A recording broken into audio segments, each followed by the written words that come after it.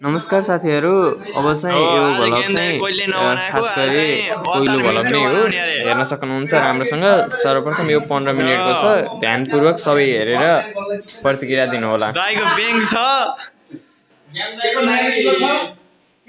मौसममा बिहा गर्नलाई ज्ञानदा रेडी हुनुहुन्छ तर रेडीको आवश्यकता छ भाउजूको मैले सुना पढाउँदै थिए एउटा मिसमा त मिलाए छोड्दिनु मासु यता हो क्या मासु यता छ। आज यत्रो हामीले 7 किलो तुर्ने भन्ने सोचमा छ चार जनाले। साथीहरु अब चाहिँ यसलाई ध्यानपूर्वक हेर्नु होला। यो भिडियो खास 15 मिनेटको हो खास गरी। तर यसलाई तपाईले ध्यानपूर्वक राम्रोसँग हेर्नुभयो भने चाहिँ केही सिक्ने अवसर पनि प्राप्त गर्नुहुनेछ र रमाइलो पनि मान्नुहुनेछ। तर सबै भिडियो एकचोटी राम्रोसँग हेर्नु होला। एकचोटी हेरिसकेपछि मात्र आगोचोटि हेर्न मन लाग्नेछ। हस्त यहाँ चाहिँ हाम्रो चिफ हुनुहुन्छ, कसरी बनाउने भनेर सिकाउँदै हुनुहुन्छ। होटलमा म्यानेजर चाहिँ हो उहाँ चाहिँ बनाउने मान्छे।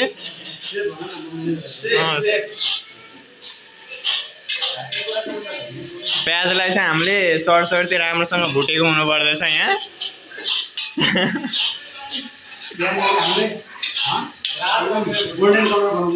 हो यहाँ चाहिँ देख्न सक्नुहुन्छ कि यहाँ रातो हुँदैछ प्याज चाहिँ। हो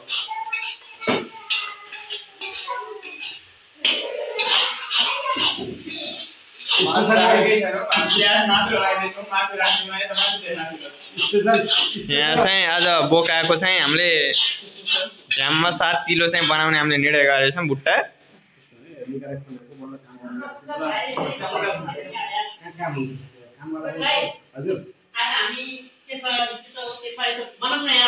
बनाउँदैछु क्या आज भ्लग बनाउने अन्य कुरो छ।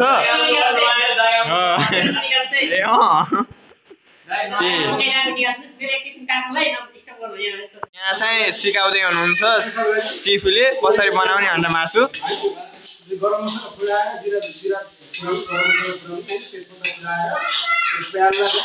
ध्यानपूर्वक सुन्नु होला, तपाईलाई पनि फाइदा हुन सक्छ घर।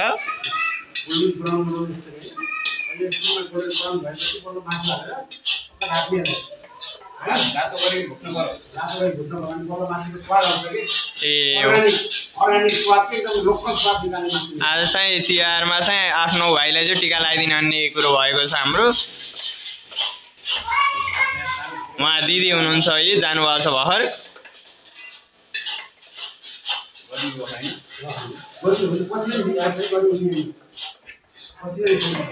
केही पाउनका लागि अब मेहनत पसिना बगाउनु पर्दछ।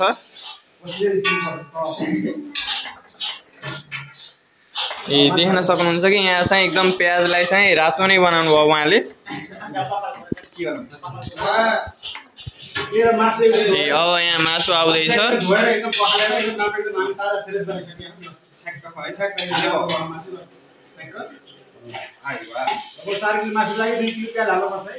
हजुर 4 किलो मासुलाई चाहिँ 2 किलो प्याज राख्यो हामीले। अब अर्को बट्टा पनि आउँदैछ हाम्रो। यो चाहिँ 3 किलो हो।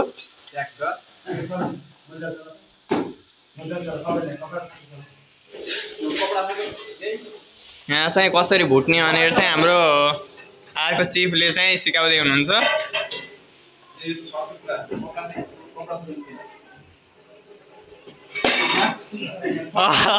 त्यत्रो चिफ पनि आउनुभयो कसरी बनाउने भनेर। यो चाहिँ सिक्दै हुनुहुन्छ। उहाँ चाहिँ मेन भइहाल्नु भयो। मोटो मोटो मान्छे, हँसिलो, रष्टपुष्ट।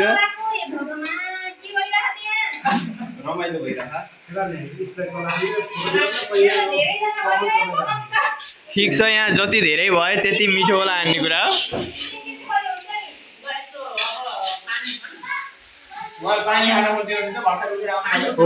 उहाँ पनि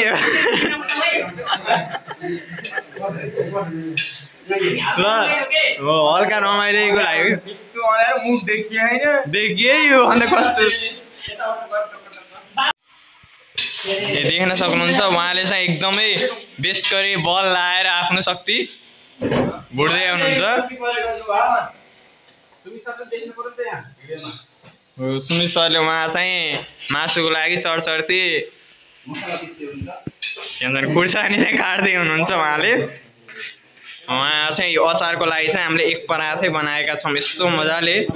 अहिले मैले देखाउने नै छु सबै तपाईहरुलाई।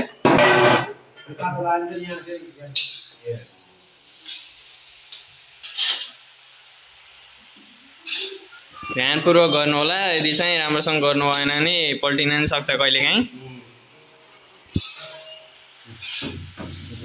अब चाहिँ एकछिन भुटिसकेपछि अब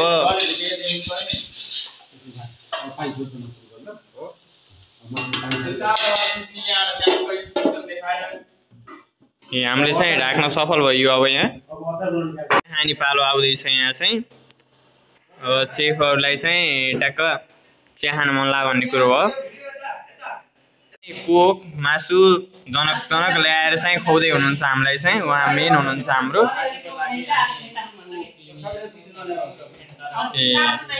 आएको छ अब फेन्टा र कोकलाई चाहिँ मासुसँग चरप्प पारेर खाने भन्ने कुरो भयो।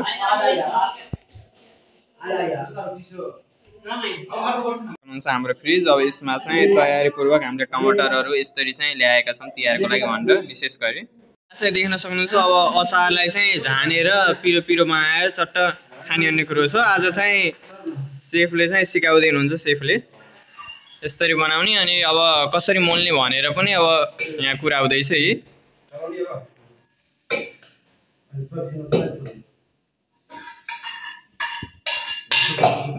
देख्न सक्नुहुन्छ अचार चाहिँ मिठो बनाउनको लागि चाहिँ मरमसलाहरू सबै पुगेको हुनुपर्छ यसमा चाहिँ। अनि खास गरी के को बनाउँदै हुनुहुन्छ भन्ने कुरामा नै भर पर्दछ। यो चुप पनि अलि राम्रो पर्यो भने चाहिँ मिठो हुन्छ, च्याप्पको हुन्छ।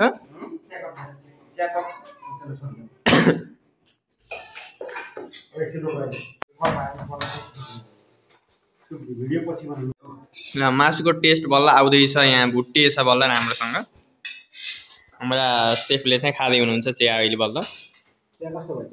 चिया त एकदम मिठो बनाउनु भएछ उहाँले चाहिँ। मरिच सरिच राखेर ट्याक्कको लङसुकमेल मिलाएर चिया चाहिँ सबैलाई पुर्याउँदा के गर्ने 10-12 जना छौँ हामी आज रमाइलो गर्दा। रमाइलो भएछ।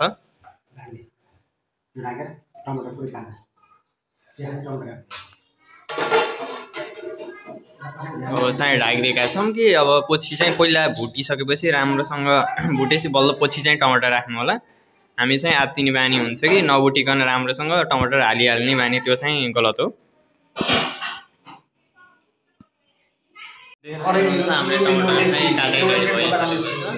हामीले चाहिँ अब भर्खर टमाटर थप्यो, जसले चाहिँ बल्ल टमाटर नराखिकन त कसैको पनि स्वाद आउँदैन।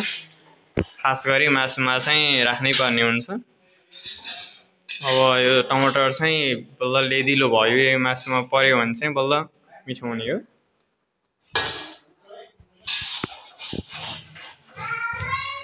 सिकाउने मान्छे चाहिँ उहाँ हो, तर चाहिँ उहाँलाई चाहिँ सिकाइरहनु भएको छ स्पेसियल सेफ।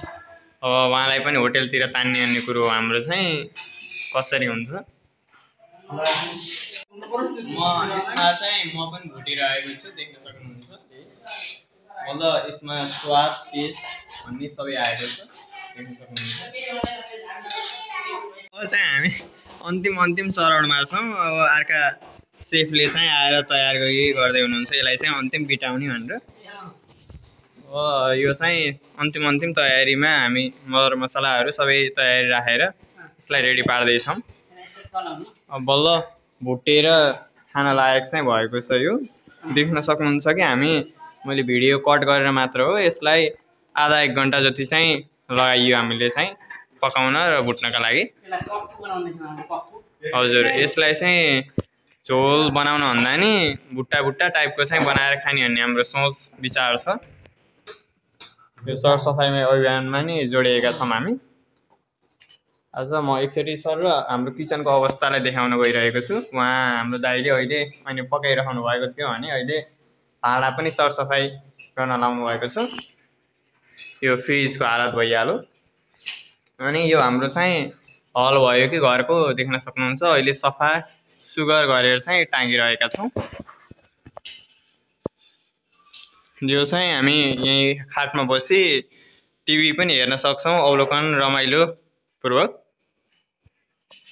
यहाँ चाहिँ बसेर टिका लाउने भन्ने अभियान छ। यो घरको अवस्था देखाइरहेको छु मैले। अनि उहाँ दिदीहरूले चाहिँ टिका अनि फुलपातीहरू तयारी गर्दै हुनुहुन्छ। यहाँसम्म हामी चाहिँ पुग्यौँ। ह्याप्पी तिहार भनिराख्नु भएको छ सबैलाई। ह्याप्पी तिहार तपाईँहरूलाई नि तपाईँको घर परिवारमा सुख शान्ति होस्। शुभ दीपावली सबैलाई खुसी साथ मनाउनु होला। हजुर। अनि यो पनि अर्को सानो कोठा छ हाम्रो। यहाँ चाहिँ भान्जा भान्जी दाजुले चाहिँ अहिले मोबाइल हेरिराख्नु भएको छ। यो कोठा भइहाल्यो। र अब देख्न सक्नुहुन्छ यो रेसिपी नै राम्रो छ। म चाहिँ भान्जा हो। हजुर 1 घण्टा लागेको छ।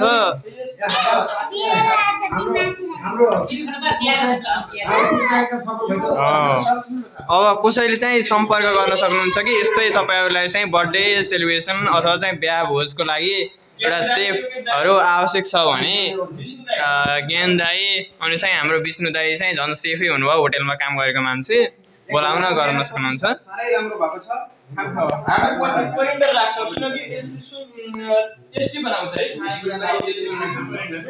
साहेबहरू चाहिँ विचार गर्दै हुनुहुन्छ कि कस्तो छ भनेर। ल हेर्नुहोस्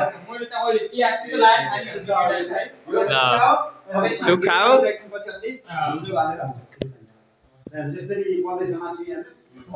देख्न सक्नुहुन्छ। अब चाहिँ यिनी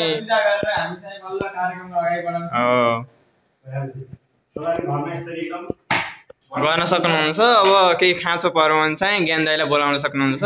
हामीले धेरै सुपथ मूल्यमै हामीले चार्ज चाहिँ धेरै लिँदैनौँ। हामीले थोरै नै हो लिने चाहिँ। जम्मा यति 7-8 किलो मासु बनाएको चाहिँ 5-6 हजार चाहिँ लिने गरिन्छ एउटाको बनाए बापत। आउनुहुन्छ यी दाई पनि आउनुभएको छ। अब कसरी बनाउने के गर्ने भनेर उहाँकै हातमा जिम्मेवारी छ सबै।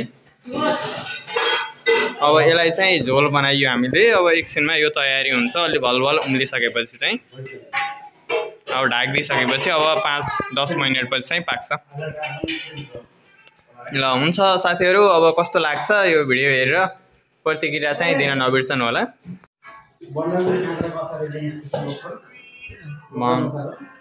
हामीले चाहिँ आलु अनि चाहिँ बन्दाकोपी खुर्सानीहरू मरमसलाहरू चाहिँ राखेर अब अचार चाहिँ रेडी गरेँ।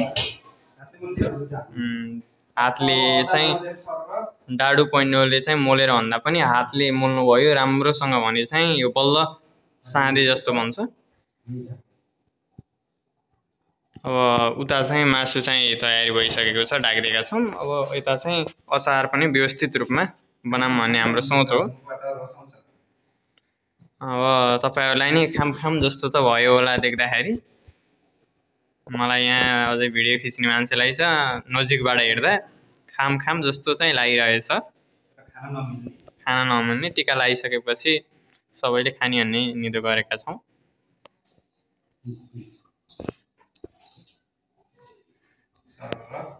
उहाँ सेफले चाहिँ हाम्रो ज्ञान दाइलाई चाहिँ सिकाउँदै हुनुहुन्छ कि अचार चाहिँ कसरी बनाउने भनेर।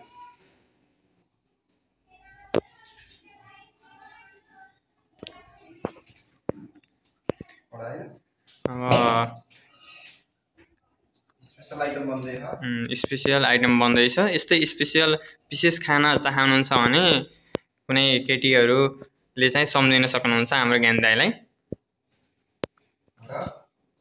हामीलाई चाहिँ भाउजूको खाँचो पनि छ यहाँ। तर चाहिँ भाउजूले काम गर्न पर्दैन कि हाम्रो दाइले जो मिठो बनाउन सिपालु भइरहनु भएको छ।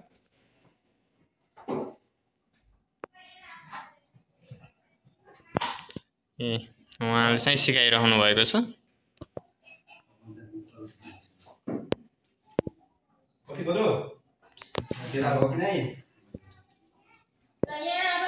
छ अहिले हामीले चाहिँ बनाएका थियौँ नि कुकिङ डिस। यसलाई चाहिँ यसरी व्यवस्थित तरिकाले हामीले पकवान भनेर मिष्टान्न तरिकाले चाहिँ रेडी पार्दैछौँ है, देख्न सक्नुहुन्छ। अब अहिले चाहिँ भात चाहिँ एक देब्ची बनाएका छौँ, हामी धेरै छौँ नि त 12-13 जना। त्यहाँ चाहिँ मिष्टान्न तरिकाले मासुको रेसिपी पनि बनेको छ। मलाई चाहिँ रेडी भएर आइसकेको छ। ल ठिक छ, अब सबैले मिलिजुली खाम। अचार पनि आएको छ यसरी।